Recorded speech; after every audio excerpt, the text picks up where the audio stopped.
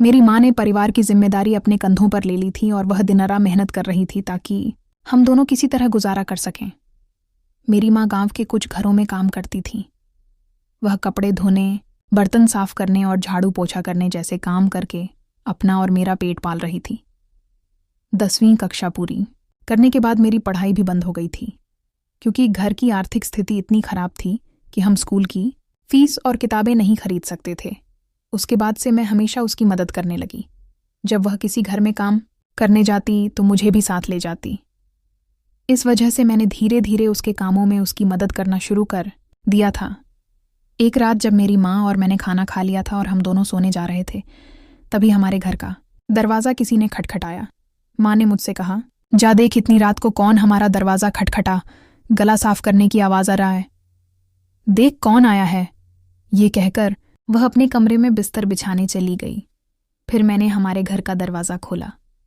जैसे ही मैंने दरवाज़ा खोला देखा कि अच्छे कपड़े पहने एक आदमी हमारे दरवाजे पर खड़ा था। उसकी उम्र लगभग 35 साल के आसपास लग रही थी। क्या काम है? इतनी रात को हमारे घर का दरवाज़ा क्यों खटखटाया? मैंने थोड़ी नाराज़गी से उस आदमी से पूछा।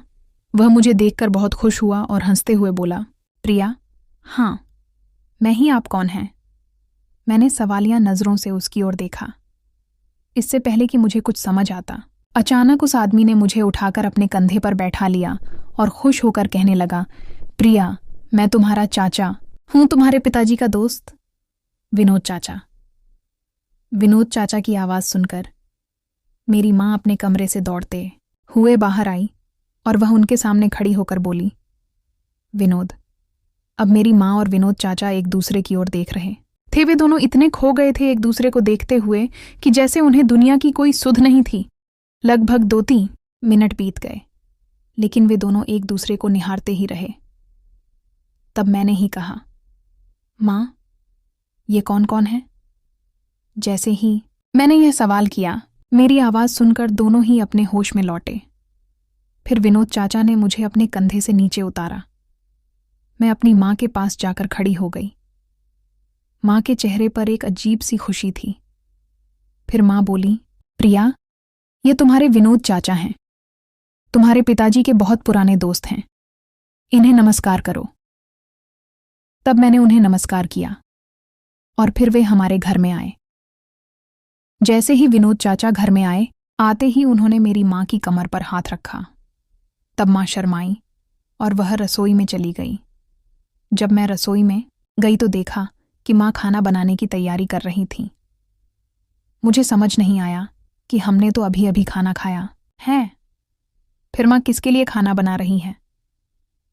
मैं माँ के पास गई और उससे पूछा, अब तुम किसके लिए खाना बना रही हो? तुम्हारे विनोद चाचा के लिए। बेचारे बहुत लंबी यात्रा करके आए हैं, उन्हें भूख लगी होगी, माँ ने चिंता भरे स्वर में मुझसे कहा। मैंने कहा, अच्छा, पर तुम मुझे ये बताओ कि अगर यह मेरे पिताजी के पुराने दोस्त हैं तो फिर अब यहाँ क्यों आए हैं? माँ बोली, अरे ये भी इसी गांव के थे, ये यहीं रहते थे।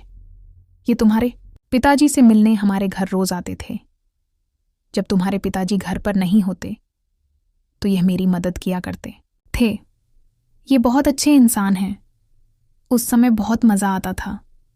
हम बहुत मस्ती करते। जब तुम्हारा जन्म हुआ तब ये दुबई चले गए थे और आज इतने सालों बाद लौटे हैं। ये अकेले रहते हैं, इनका कोई नहीं है, इसलिए ये यहाँ रहने के लिए आए हैं। और वैसे भी अब इनके पास मेरे अलावा कौन है? कल सुबह वे अपने घर चले जाएंगे। ये सब माँ मुझे बताते हुए बहुत खुश लग रही थी और उसकी आंखों में एक अलग सी चमक थी। मैं उस समय छोटी थी, इसलिए मुझे कुछ भी समझ नहीं आ रहा था। माँ के व्यवहार में अचानक हुए बदलाव और उसने जो कुछ भी मुझे बताया उसका मतलब मेरे समझ से बाहर था। माँ ने कहा, जा, अब अपने कमरे में जा और जब तक खाना तैयार होता है अपने विनोद चाचा के साथ बात कर। माँ के ऐसा कहते ही मैं अपने कमरे में चली गई। विनोद चाचा ने अपना सारा सामान मेरे कमरे के एक कोने में रखा हुआ था और बिस्तर पर आराम करने लगे। जब मैं उनके पास जाकर बैठी तो वे मुझसे बातें करने लगे। उसी दौरान मुझे उनकी बातों से पता चला कि उनका दुबई में एक बड़ा रेस्टोरेंट था। उन्होंने उस रेस्टोरेंट से बहुत पैसा कमाया था, लेकिन पिछले कुछ दिनों से उन्हें अपने गांव की बहुत याद आ रही थी। इसलिए उन्होंने अपना रेस्टोरेंट बेच दिया और गांव में स्थायी रूप से रहने के लिए वापस आ गए हैं। मैं उनकी बातों को ध्यान से सुन रही थी, लेकिन मेरे मन में कई सवाल उठ रहे थे। इतनी रात को उनका आना, माँ का अचानक इतना खुश हो जाना और उनकी आपस की बातें, ये सब मुझे थोड़ा अजीब लग रहा था। विनोद चाचा और माँ के बीच कोई गहरा रिश्ता था जो मुझसे छिपा हुआ था। हम बात कर ही रहे थे कि अचानक उन्होंने मुझसे कहा, तू मुझे विनोद चाचा मत कह, सिर्फ चाचा कह। अब जब मैं उनसे बात कर रही थी, कुछ देर बाद मेरी माँ विनोद चाचा को खाने के लिए बुलाने के लिए मेरे कमरे में आई और उन्हें खाने के लिए बुलाकर वह रसोई में चली गई। विनोद चाचा के साथ मैं भी रसोई में गई। फिर माँ ने उनके लिए थाली परोस दी। फिर विनोद चाचा ने भरपेट भोजन किया और फिर वहीं बैठते हुए एक बड़ी जमाई ली।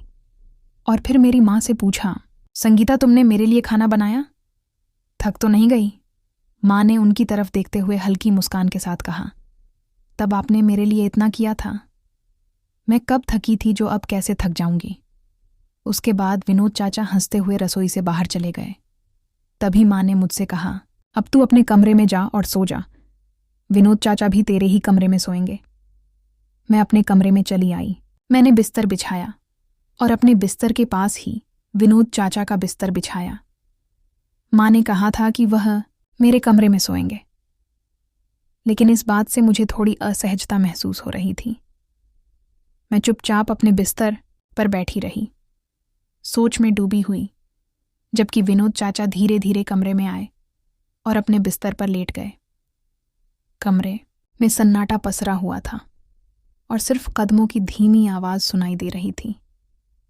मैं अपनी चादर को कसकर पकड़े हुए लेट गई, लेकिन नींद मुझसे कोसों दूर थी। अचानक विनोद चाचा ने चुप्पी तोड़ी।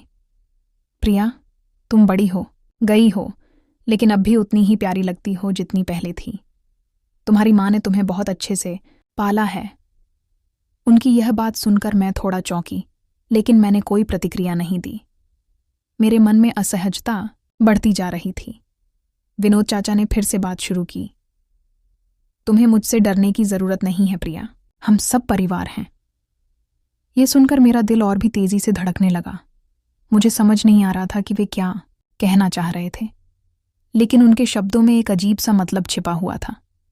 मैं चुपचाप लेटी रही, लेकिन मन में डर बढ़ता जा रहा था।